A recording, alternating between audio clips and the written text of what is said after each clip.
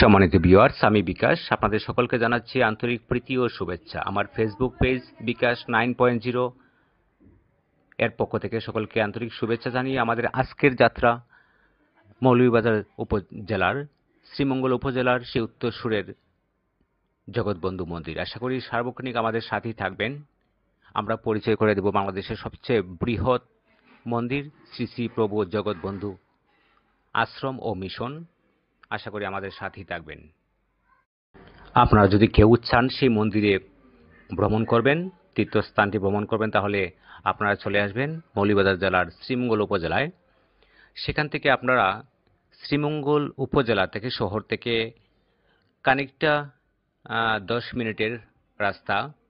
সেখান থেকে আপনারা একটা অটোরিক্সা অথবা সিএনজি নিয়ে চলে যাবেন। যাত্রাপথে আপনাদের পাশে পড়বে শ্রীমঙ্গল উপজেলার পল্লী বিদ্যুৎ সমিতি, এর পরপর পড়বে শ্রীমঙ্গল টি হেভেন গার্ডেন। ঠিক রাস্তার অপর পাশে অবস্থান করছে শ্রী শ্রী প্রভু জগৎবন্ধু আশ্রম ও মিশন। সেটি আপনাদেরকে আমরা দেখাবো। আমরা এর মধ্যে অবস্থান করছি।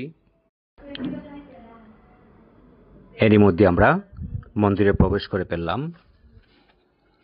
দেখেন বাইরে থেকে মন্দিরের সেই ভিউটা, পাশে সেই গাঁদা ফুল। আমরা সেই গাঁদা ফুলে কিছুটা সময় আমরা অবস্থান করলাম এবং কিছু ফটো সেশন করে নিলাম। আপনারা চাইলে সেখানে আসতে পারবেন। সুন্দর এক দৃশ্য, মাতৃত্বস্থান শ্রী শ্রী প্রভু জগৎবন্ধু আশ্রম এবং মিশন। সেই মিশনটি শ্রীমঙ্গলে উত্তরসূরে পড়েছে। আপনারা আসতে পারেন এখানে। আমরা দেখেন মন্দিরের সেই সুন্দর কারুকার্যগুলো আমরা ঘুরে ঘুরে দেখতেছি। আমার 2 বাচ্চা সন্তানকে নিয়ে আসছি। তারা মন্দিরে প্রবেশ করে শ্রী শ্রী প্রভু জগৎবন্ধুকে প্রণাম করে নিল। দেখেন ভিতরে কারুকার্যগুলা, সুন্দর কারুকার্যগুলা। দূর থেকে এর ভিউটা কত সুন্দর দেখাচ্ছে। আমরা ভিডিওতে আপনাদেরকে যেভাবে দেখতে পাচ্ছেন আপনারা, তার চেয়ে অনেক অনেক সুন্দর সেখানকার ভিতরের ভিউটা। খুব সুন্দর পরিবেশ, একটি গ্রামীণ পরিবেশের মাঝখানে সেই মন্দিরটি। আমরা এর মধ্যে প্রণাম করে নিলাম শ্রী শ্রী প্রভু জগৎবন্ধুকে। দেখেন কত সুন্দর ভিউ ভিতরের। আমরা এর মধ্যে ভিতরের ভিউটাকে ঘুরে একটু দেখে নিচ্ছি। আপনারা চাইলে দেখতে পারেন এসে। আমরা আপনাদেরকে জানিয়ে রাখছি সেই মন্দিরের ভূমিদাতাগণের নামের তালিকা বা নাম। শ্রী অরুণ চন্দ্র দেবনাথ, উত্তরসূর শ্রীমঙ্গল। তিনি 16 শতক জমি সেই মন্দিরের জন্য দান করেছেন। শ্রী গৌরাঙ্গ রায়, বরিশাল। তিনি 6 শতক জায়গায় মন্দিরের নামে দান করেছেন।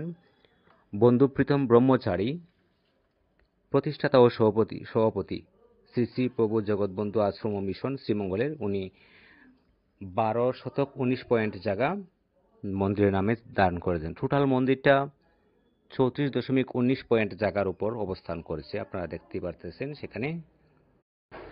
শ্রী শ্রী প্রভু জগৎবন্ধু আশ্রম ও মিশন শ্রীমঙ্গলের সর্বস্তরের সকল সম্প্রদায়ের সকল মানুষের প্রাণের মন্দির। এই মন্দির নিষ্ঠা, পবিত্রতা, শুচিতা রক্ষা করা সকলের দায়িত্ব।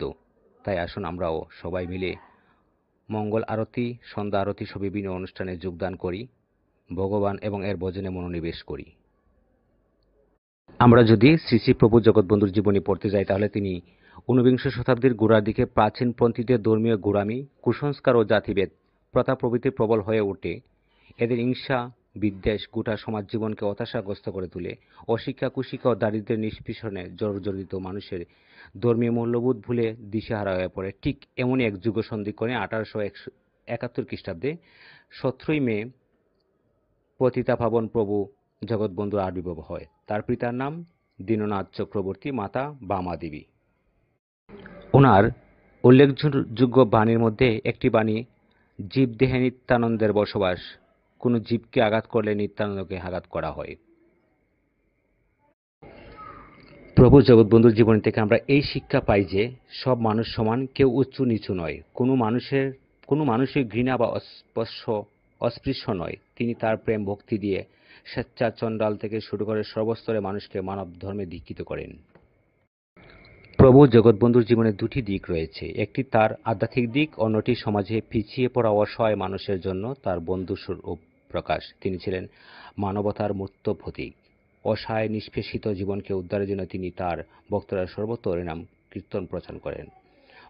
প্রভুর আগমন বার্তা হরিনাম কীর্তনের মধ্যে দিয়ে গড়ে ওঠে মহানাম সম্প্রদায়। সম্মানিত ভিউয়ার্স, আপনারা দেখছেন শ্রীমঙ্গলের শ্রী উত্তর সুরে শ্রী প্রভু জগৎ বন্ধু প্রভুর আশ্রম ও মিশন। সেখানে পাশে একটি বিশাল ভবন রয়েছে, সেখানে অনেকগুলা মানুষ বা দর্শনার্থী বা ভক্তরা এসে অবস্থান করতে পারে। আপনারা দেখেন এই যে পাশের সেই বিশাল ভবনটি, সেখানে প্রচুর মানুষ এসে অবস্থান করতে পারে। আমাদের আজকের যাত্রা এখানেই শেষ। আমরা চলে যাব, আবারও কোনো ভিডিও নিয়ে আপনাদের সামনে হাজির হবে। দেখা হবে আবারও আপনাদের সাথে।